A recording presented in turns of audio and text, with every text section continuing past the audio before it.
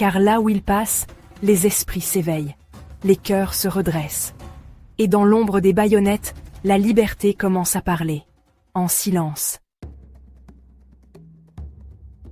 L'Empire français a conquis des royaumes. Il a brisé des armées, écrasé des insurrections, réduit au silence tant de peuples. Mais face à lui, cette fois, il n'y a ni sabre, ni canon, ni tranchée.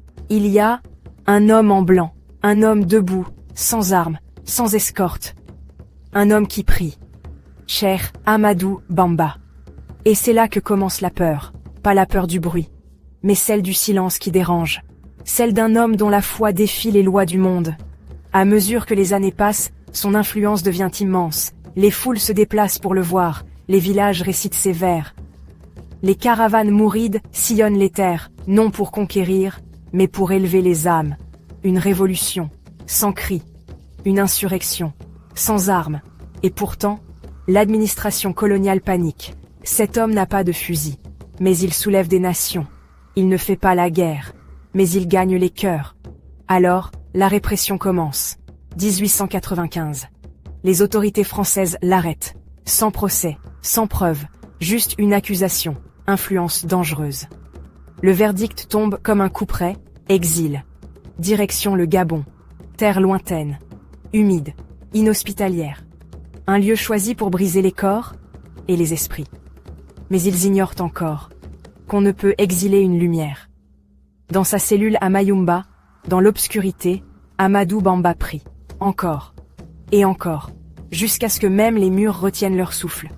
C'est là, dans l'humidité, la solitude et les chaînes, qu'il écrit certains de ses plus grands poèmes. Des textes mystiques, puissants, pleins d'espoir, de défis, de soumission, mais uniquement à Dieu. Ils ont ligoté mes mains, mais jamais ma foi. Ils m'ont éloigné des hommes, mais Dieu, lui, est resté près de moi. Et c'est ça, son arme, sa vraie force, la prière comme révolte, la poésie comme cri, le silence, comme tempête. Puis on l'envoie en Mauritanie, puis à Saint-Louis, puis encore ailleurs. Ils veulent le couper du monde. Mais partout où il passe, les cœurs s'ouvrent, les consciences s'éveillent. Et son nom résonne comme un écho sacré. Cheikh Ahmadou Bamba, celui que même les fers ne peuvent briser. Le peuple commence à raconter. Les enfants murmurent son nom. Les anciens le citent comme un prophète. Les opprimés voient en lui un espoir vivant. Il devient bien plus qu'un homme. Il devient un symbole, une légende vivante, une colonne de lumière dans la nuit coloniale. Pas un roi, pas un soldat, mais un conquérant de l'invisible. Et malgré les barbelés, malgré les surveillances, malgré l'exil, la voix de Bamba traverse les rivières, les frontières, les murs. Ils ont tenté de le faire taire, ils ont tenté de l'humilier, ils ont voulu l'effacer de l'histoire, mais à la place, ils l'ont gravé dans la mémoire. Car même sans épée, Cheikh Ahmadou Bamba est devenu le pire cauchemar de l'Empire. Et la plus grande fierté de l'Afrique. Cheikh Ahmadou Bamba n'a jamais régné sur un empire de pierre. Il n'a jamais possédé de trône doré. Et pourtant, il a bâti une cité plus grande que les capitales des rois. Une ville née non pas du pouvoir, mais de la foi. Une ville forgée dans le silence, le sable et la lumière, tout bas. Au cœur de la savane, là où le vent porte les prières et les chants de dévotion, il ne bâtit pas des murs. Il trace une voie de justice, une voie de paix. Une voie où chaque être humain, qu'il soit riche ou pauvre, puissant ou humble, peut marcher vers Dieu, par le travail, la discipline et la connaissance. Touba devient un symbole, un phare spirituel, une ville sans soldats, mais dont l'ombre rayonne sur des continents entiers. Dans cette cité sainte, tout devient prière. Pas seulement la mosquée, mais aussi le chant, le marché, le marteau du forgeron, le pas du pèlerin. Travaille comme si tu ne devais jamais mourir. Prie comme si tu allais mourir demain.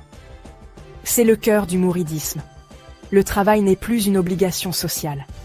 C'est un acte sacré, une offrande, une preuve d'amour pour Dieu et pour la communauté. À Touba, on ne fait pas que croire. On agit, on apprend, on transmet. Les enseignements de Cheikh Ahmadou Bamba sont vivants. Ses poèmes circulent de bouche en bouche, de père à fils, de mère à fille. Ils sont chantés dans les champs, récités dans les daharas, étudiés dans les maisons. En arabe noble, ces mots ne vieillissent pas. Car ce ne sont pas des mots d'un autre temps. Ce sont des vérités d'éternité. Et même après son rappel à Dieu, son œuvre ne cesse de grandir. Les empires coloniaux tombent, les drapeaux changent, mais le souffle du mouridisme reste. Dans les rues de Dakar, dans les marchés de Kaolack, dans les villages du Saloum, mais aussi à Paris, à New York, dans le monde entier. Des millions de mourides perpétuent la voix du serviteur du prophète. Ils travaillent, ils prient, ils élèvent, et surtout, ils résistent.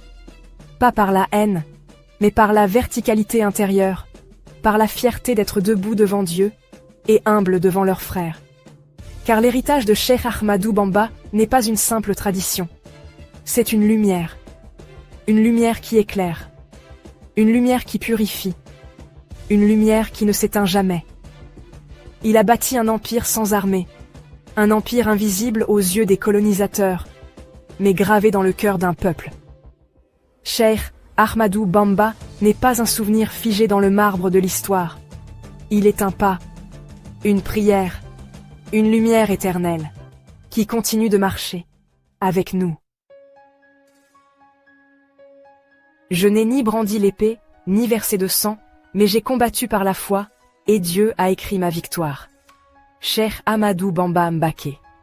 Dans un monde écrasé par la force, il a choisi la paix. À une époque où l'on imposait le silence par le feu, il a répondu par la prière. Face à la brutalité, il a opposé le calme de l'âme. Face au fer, il a élevé des versets. Face à l'exil, il a construit l'éternité.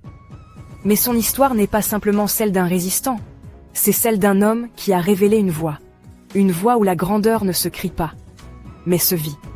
Une voix où la dignité ne se quémande pas, elle se porte.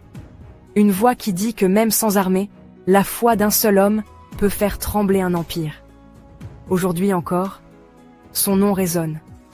Dans les marchés, dans les mosquées, dans les prières du matin et dans les pas silencieux des talibés. Ses poèmes sont devenus des ponts entre les générations. Ses enseignements, des phares dans l'obscurité. Et Touba est devenu le cœur battant d'un rêve africain debout. Mais surtout, ce qu'il nous a laissé, c'est une lumière. Pas une lumière qu'on expose, une lumière qu'on porte. Une lumière de foi, de courage, de patience, d'amour du prochain. Et de refus de plier devant l'injustice. Et toi qui regardes cette vidéo, tu en es le gardien. Tant que tu raconteras son histoire, tant que tu transmettras sa mémoire, tant que tu vivras sa flamme, aucun empire ne pourra l'effacer. Alors partage cette vidéo. Fais vivre sa voix. Like, commente, abonne-toi. Et marche avec nous sur les traces de Cheikh Ahmadou Bamba. Et dans le silence du monde, sa voix continue de nous parler à travers ses qassidas. Dieu Redieu Serigne Touba,